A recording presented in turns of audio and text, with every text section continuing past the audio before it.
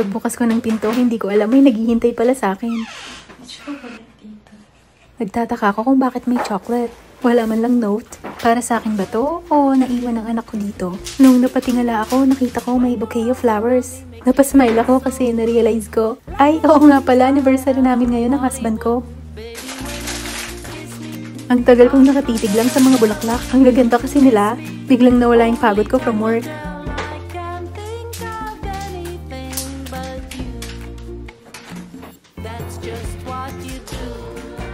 Honestly, nakalimutan ko na ngayon pala yung anniversary namin. Nasa isip ko bukas pa kasi bukas pa kami mag-celebrate dahil pareho kaming may work today.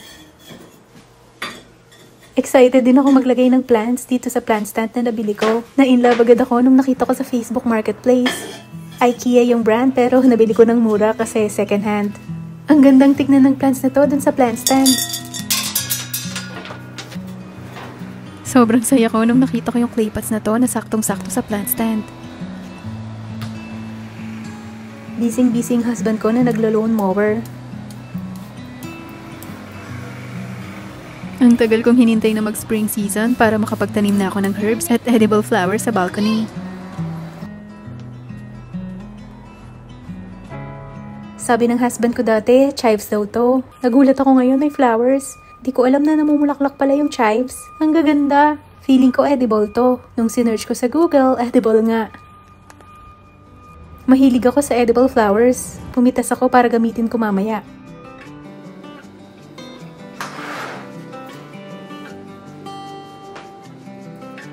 Iniisip ko kung lulutuin ko pa yung peanut sauce na to o wag na. Feeling ko mas masarap pag niluto, pero medyo tinatamad ako. Kaya, instead na igisa ko yung minced garlic, gumamit na lang ako ng garlic confit. Garlic cloves lang to na pinakuluan sa oil on low heat hanggang lumambot.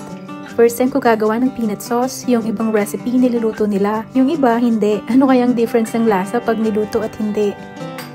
Nag-add ako ng garlic, peanut butter, hoisin sauce, and water sa bowl. Nung hinalo ko, hindi smooth, malabnaw din. So, nag-decide ako na lulutuin ko na para maging smooth at thick. Nag-add ako ng lime juice at palm sugar. Mula kagabi, nag-decide ako na hindi ko nalulutuin to, pero ang end up, kailangan ko rin palang lutuin. Then, tinransfer ko sa cooking pan.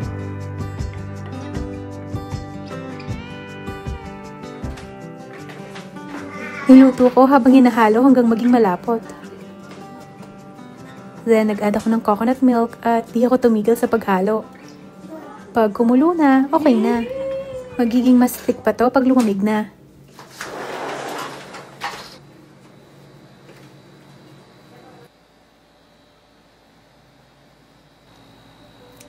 Ang tagal kong hinintay yung moment na to na i-harvest ko na yung lettuce para kainin.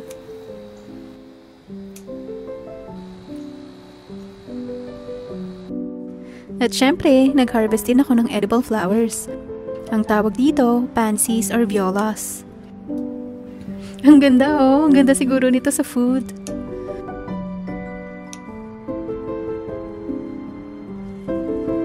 Pumitas din ako ng begonia and dianthus or pinks.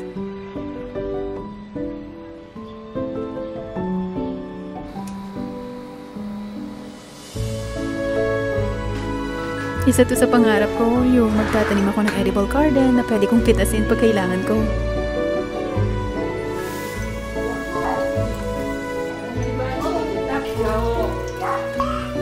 Hinugasan ko at pinatuyo ko sa kitchen towels.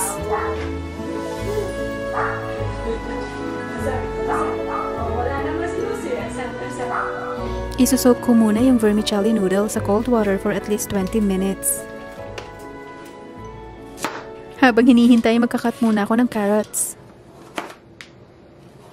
Julienne ang tawag sa cut na to. Nag-slice din ako ng avocado.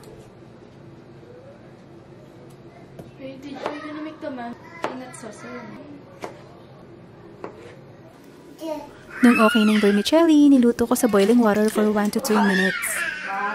Then, ibinabad ko agad sa ice water para matigil yung pagkaluto. Umiiyak siya kasi gusto na niyang kumain, hindi siya makapaghintay.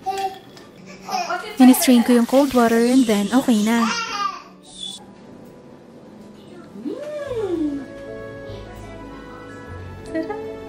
Ayan, masaya na siya kasi kumakain na siya. Ang cute!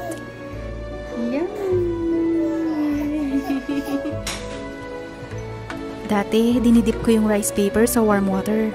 The more na mainit yung tubig, at habang tumatagal na nakababad sa tubig, mas mabilis lumambot yung rice paper.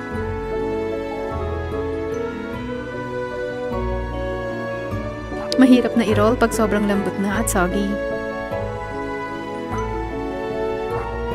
Recently, nalaman ko na pwede pala na i-dip lang sa cold water. Firm pa pag nilagay mo sa board pero unti-unting lalambot habang ina-assemble mo yung fillings. Mas madali na i-roll kasi hindi fragile at soggy.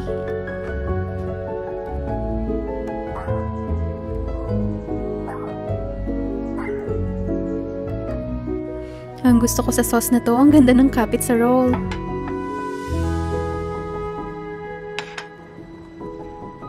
Hindi masyadong malapot, hindi rin malabnaw, sakto lang.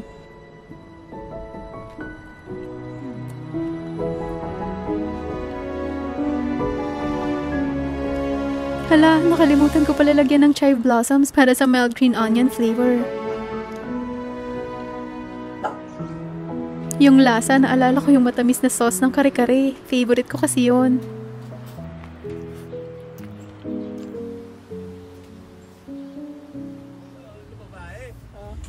Loko mo ako, bakit mo ba ako babae doon? Sabi mo? Hindi ko alam. Ikaw ang nasa isla, hindi naman ako. Ikaw nga. At saka teka, sabi niya, anong ginagawa ng 10 magagandang babae doon? Sabi niya.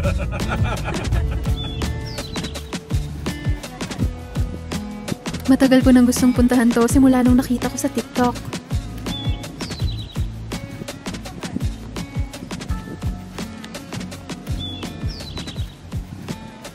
Sana sing ganda ng napanood ko sa videos.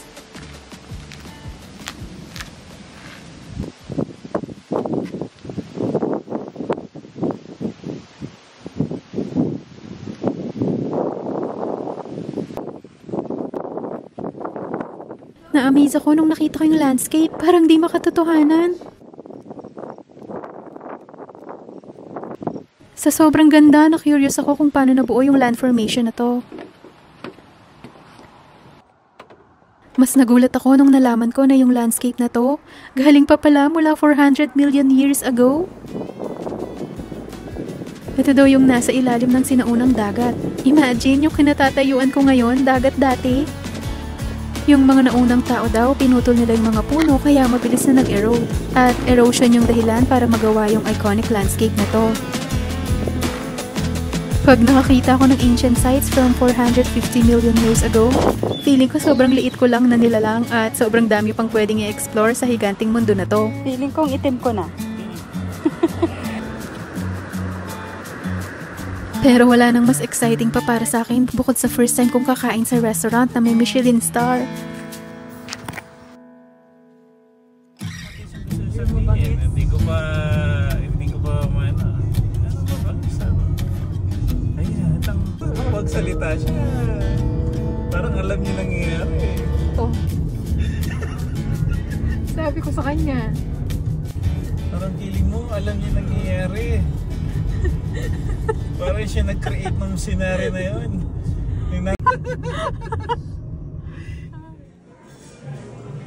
Ito rin yung top 3 sa Canada's 100 best restaurants. Kaya imaginein mo na lang kung gaano ako ka-excited makita at matikman yung food nila. Alright, so to start, we have our canapes. On this side, this is a spot prawn tart with a spot prawn mayo, Thai lime, pomelo, and Japanese ginger. A demi-sec grape tomato tart with a bit of creme fraiche and Japanese ginger. Japanese A5 Wagyu and Petrojan caviar, garnished with some shiso flowers. After mo kainin yung canapes, talagang matatakam ka pa at gusto mo pa. This is a Frida-brick pastry filled with a foie gras parfait, the bourbon and Calvados street, Granny Smith apple, and upland cress. Never pa ako nakaubos ng foie gras dish kasi masyadong malasa at malinamnam sa panlasa ko. Hanggang tikim lang ako dati. First time kong ma-appreciate yung foie gras, napaka-light at mild, ang sarap pala. Tuna dish nila to in 3 ways. In front of you, we have the Linus Cut yakami, wrapped around some cucumber and radish, yuzu relish, and a black vinaigrette.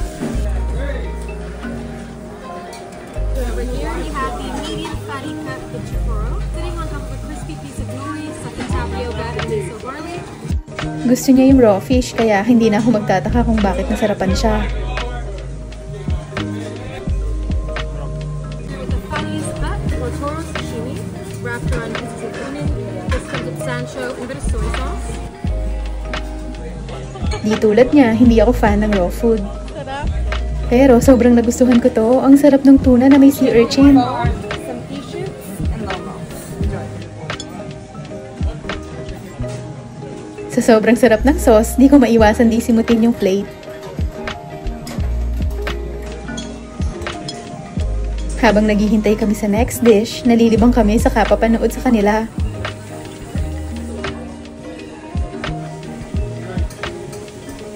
And I'm finishing off your plates now with a soft scrambled egg emulsion. Sitting over top, you'll find a sous vide egg yolk with some smoked butter, Dungeness crab, so include a little bit of nori, the shavings from the cured egg yolk. In the center between you two, we also have a little bit of toast. Feel free to dip it right into the bowl, or if you wish, you can use a small spoon to scoop it in. Masyadong rich at creamy to para sa akin, pero nagustuhan niya kasi favorite niya yung egg. Excited ako lagi kung ano yung next dish na ihahain nila.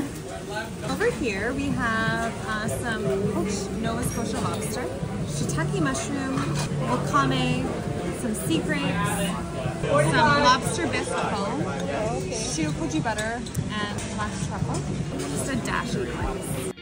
Ito yung favorite ko. Pwede palang maging ganito kasarap yung lobster.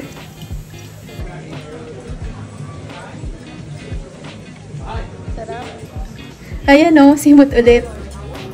Saka papanood ko ng MasterChef, na-curious ako kung anong lasa ng morel mushroom. Lagi kasi nilang ginagamit sa dishes nila.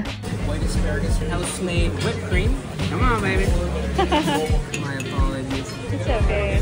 Morel mushrooms from British Columbia, filled with Ngayon, alam ko na kung bakit. Ang sarap pala talaga. Parang sponge na ina-absorb lahat yung flavors ng dish.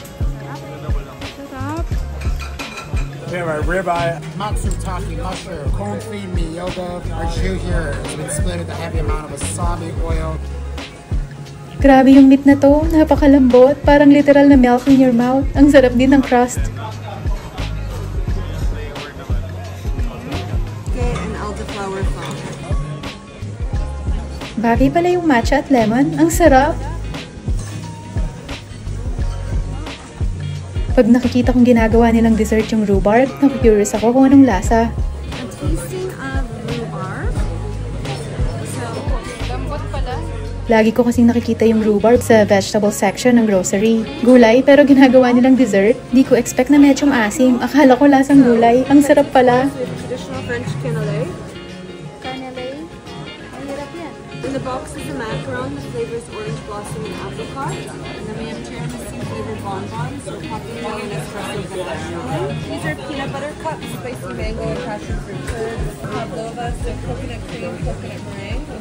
Oh, ayan o. Custard yung loob. Sabi nila, isa daw sa mahirap i-bake yung cannelé. May special copper mold pa nga silang gamit para makuha nila yung burnt caramel sa labas. Pero custard yung loob. Ang sarap nito. At syempre, binigyan nila kami ng anniversary cake.